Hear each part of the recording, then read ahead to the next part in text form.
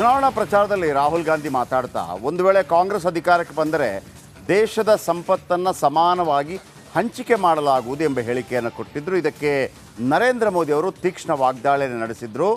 ಅದು ಹೇಗೆ ಸಾಧ್ಯ ಅನ್ನುವಂಥ ರೀತಿಯಲ್ಲಿ ಮಾತನಾಡಿದರು. ರಾಗ ಹೇಳಿಕೆ ಉಲ್ಲೇಖಿಸಿ ಪ್ರಧಾನಿ ನರೇಂದ್ರ ಮೋದಿ ಹಿಗ್ಗಾಮುಗ್ಗ ತರಾಟೆಗೆ ತೆಗೆದುಕೊಂಡಿದ್ದಾರೆ. ಶ್ರಮದಿಂದ ಗಳಿಸಿದ ಸಂಪತ್ತನ್ನು ಕಿತ್ತುಕೊಳ್ಳುವ ಅಧಿಕಾರ ಯಾರಿಗಾದರೂ ಇದೆಯಾ? ದೇಶದ ಸಂಪತ್ತಿನ ಮೇಲೆ ಮೊದಲ ಹಕ್ಕುದಾರರು ಮುಸ್ಲಿಮರು ಅಂತ 2006ರಲ್ಲಿ ಮನಮೋಹನ್ ಸಿಂಗ್ ಹೇಳಿದರು. ದೇಶದ ಸಂಪತ್ತನ್ನು ಕಾಂಗ್ರೆಸ್ಸಿಗರು, ಒಳನುಸುಳುಕುವರು ಹಾಗೂ ಹೆಚ್ಚು ಮಕ್ಕಳಿದ್ದವರಿಗೆ ಹಂಚುವುದು ಸರಿನಾ ಅಂತ ಹೇಳಿ ಕಿಡಿಕಾರಿದ್ರು. ಏನು ಹೇಳಿದರು ಕೇಳಿಸ್ಕೊಳ್ಳಿ. और पहले जब उनकी सरकार थी उन्होंने कहा था कि देश की संपत्ति पर पहला अधिकार मुसलमानों का है।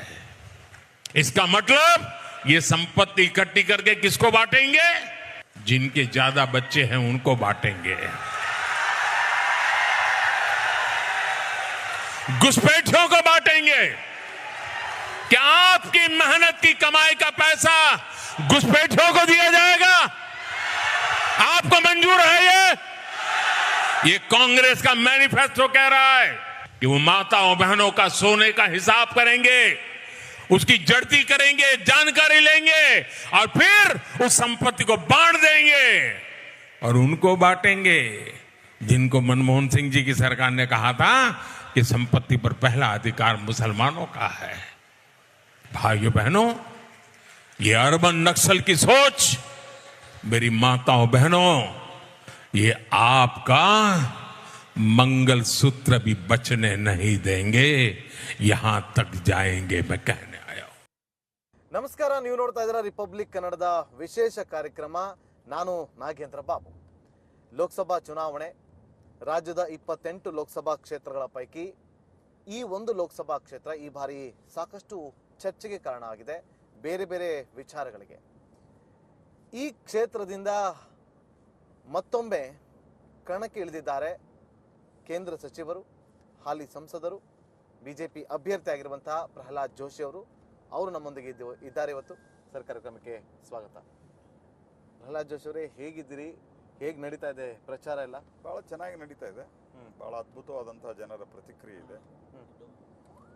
ಜನರ ಪ್ರತಿಸ್ಪಂದನ ಭಾಳ ಚೆನ್ನಾಗಿದೆ. ಮೋದಿಯವರು ಪ್ರಧಾನಮಂತ್ರಿ ಆಗಬೇಕು ಅಂತ, 3ನೇ ಬಾರಿಗೆ ಪ್ರಧಾನಮಂತ್ರಿ ಆಗಬೇಕು ಅಂತ ಜನರ ಬಹುದೊಡ್ಡ ಆಸೆ ಇದೆ. ಮತ್ತು ನಾನು ಇಲ್ಲಿ ಹಲವು ಕೆಲಸಗಳನ್ನು, ಹಲವು ವರ್ಷಗಳಿಂದ, ದಶಕಗಳಿಂದ ಆಗಲಾರದಂಥ ಅನೇಕ ಕೆಲಸಗಳನ್ನು ಮೋದಿ ಸರ್ಕಾರದ ಅವಧಿಯಲ್ಲಿ, 10 ವರ್ಷದ ಅವಧಿಯಲ್ಲಿ ಮಾಡಿದ್ದೇನೆ. ಹಾಗಾಗಿ ನನಗೆ ವಿಶ್ವಾಸ ಇದೆ. I am fully confident.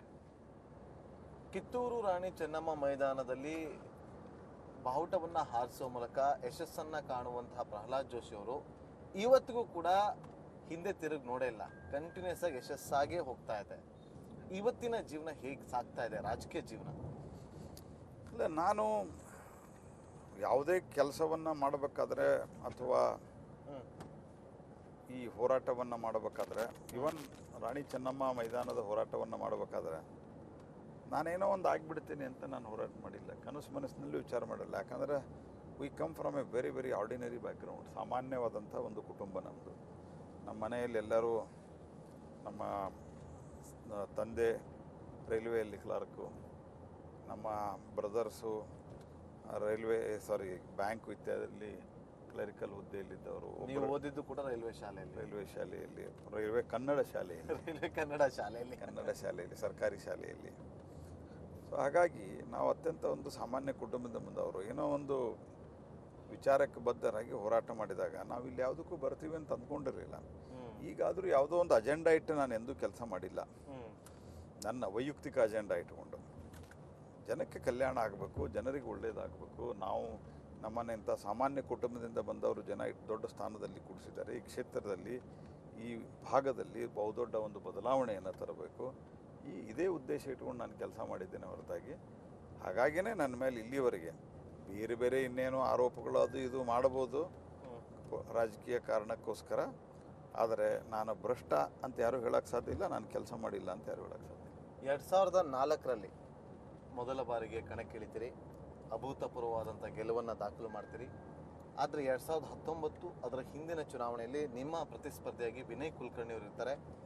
ಸ್ವಲ್ಪ ಟಫ್ ಇರುತ್ತೆ, ಆದರೂ ಕೂಡ ನಿಮ್ಮನ್ನು ಗೆಲ್ಲಿಸ್ತಾರೆ ಕ್ಷೇತ್ರದ ಜನ. ಈ ಬಾರಿ ಕ್ಷೇತ್ರದಲ್ಲಿ ಹೇಗಿದೆ ವಾತಾವರಣ?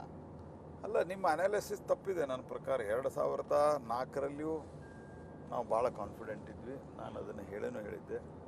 14, 19ರಲ್ಲಿ ಮುಂದೆ 9, 14, 19 ಯಾವುದರಲ್ಲೂ ಕೂಡ ನಾನು ನಮ್ಮ ಪ್ರತಿ ಸರ್ತಿ ಎವ್ರಿ ಟೈಮ್ ನಂದು percentage of votes, total polled ವೋಟ್ದಲ್ಲಿ ನನಗೆ ಬಿದ್ದಿರುವಂಥ ಶೇರು ಮತ್ತು ಓವರಾಲ್ ಮಾರ್ಜಿನ್ ಪ್ರತಿ ಸರ್ತಿ ಜಾಸ್ತಿ ಆಗಿದೆ. ಈ ಸರ್ತಿನೂ ಜಾಸ್ತಿ ಆಗಿದೆ. ಚುನಾವಣೆ ಹತ್ರ ಬಂದಾಗ ಅಥವಾ ಚುನಾವಣೆ ಘೋಷಣೆ ಬಂದಾಗ ದೊಡ್ಡ ಮಟ್ಟದಲ್ಲಿ ಚರ್ಚೆಗಳು ಆಗ್ತಾನೆ ಇರುತ್ತೆ. ಈ ಬಾರಿಯೂ ಕೂಡ ಅದಾಯಿತು. ಪ್ರಹ್ಲಾದ್ ಜೋಶಿ ಅವರನ್ನ ಸೋಲಿಸಬೇಕು ಅಂತೇಳಿ ಒಂದು ದೊಡ್ಡ ಶಕ್ತಿಯ ಕೆಲಸ ಮಾಡುವಂಥ ಒಂದಷ್ಟು ಲೆಕ್ಕಾಚಾರಗಳು ಶುರುವಾಗಿತ್ತು. ಏನು ಹೇಳ್ತೀರಿ ಈ ವಿಚಾರವಾಗಿ? ಈ ಚುನಾವಣೆ ಅಂದಮೇಲೆ ವಿರೋಧಿಗಳು ಎಲ್ಲ ರೀತಿಯಾದಂಥ ಒಂದು ತಂತ್ರ, ಕುತಂತ್ರ, ಷಡ್ಯಂತ್ರ ಎಲ್ಲವನ್ನು ಮಾಡೇ ಮಾಡ್ತಾರೆ. ಈಗ ನಾನು 4 ಸರ್ತಿ ಗೆದ್ದಿರೋದ್ರಿಂದ ಅವರಿಗೆ ಸೋಲಿಸ್ಬೇಕು ಅನ್ನುವಂಥ ಛಲ, ನನಗೆ ಯಾರನ್ನೂ ಸೋಲಿಸ್ಬೇಕು ಅನ್ನುವಂಥ ಛಲ ಇಲ್ಲ. ನಾನು ಗೆಲ್ಲಬೇಕು. ಮೋದಿಯವರ ನೇತೃತ್ವದಲ್ಲಿ ದೇಶದಲ್ಲಿ ಮತ್ತು ನನ್ನ ಕ್ಷೇತ್ರದಲ್ಲಿ, ನನ್ನ ರಾಜ್ಯದಲ್ಲಿ ಒಳ್ಳೆ ಕೆಲಸ ಮಾಡಬೇಕು. ನಂದು ಪಾಸಿಟಿವ್ ಅಪ್ರೋಚ್. ಹೀಗಾಗಿ ಜನ ನನ್ನನ್ನು ಆಶೀರ್ವದಿಸ್ತಾರೆ ಅನ್ನೋ ನಂಬಿಕೆ. ರಾಜ್ಯಾಧ್ಯಕ್ಷರಾಗಿ ಕೆಲಸ ಮಾಡಿದಿರಿ, ರಾಜ್ಯ ಪ್ರಧಾನ ಕಾರ್ಯದರ್ಶಿಯಾಗಿ ಕೆಲಸವನ್ನ ಮಾಡಿದಿರಿ, ಕೇಂದ್ರ ಕ್ಯಾಬಿನೆಟ್ನಲ್ಲಿ ಮಿನಿಸ್ಟರ್ ಆಗಿದ್ದೀರಿ. ಈ ಅನುಭವ ಹುಬ್ಬಳ್ಳಿ ಧಾರವಾಡ ಕ್ಷೇತ್ರದ ಮೇಲೆ ಅಭಿವೃದ್ಧಿಯ ವಿಚಾರವಾಗಿ ನಿಮಗೆ ಎಷ್ಟು ಪ್ಲಸ್ ಆಗುತ್ತೆ? ನೋಡಿ, ಅಭಿವೃದ್ಧಿ ವಿಚಾರವಾಗಿ ಜನ ನನ್ನನ್ನೊಬ್ಬ ಕೆಲಸಗಾರ ಅಂತಲೇ ಗುರುತಿಸಿದ್ದಾರೆ. ನೀವು ಕಳೆದ ಹಲವಾರು ದಶಕಗಳಿಂದ ಆಗಲಾರದಂಥ ಕೆಲಸಗಳು ಈಗಾಗಿದ್ದಾವೆ. ಹುಬ್ಬಳ್ಳಿಯಲ್ಲಿ ಫ್ಲೈಓವರ್ ಇಲ್ಲ ಅಂತ ಅನ್ನೋದೊಂದು, ಅದರಿಂದ ಭಾಳ ತೊಂದರೆ. ಫ್ಲೈಓವರ್ ಆಯಿತು. ಆನಂತರ ಗದಗ ರಸ್ತೆ 4 ಲೇನ್ ಆಯಿತು.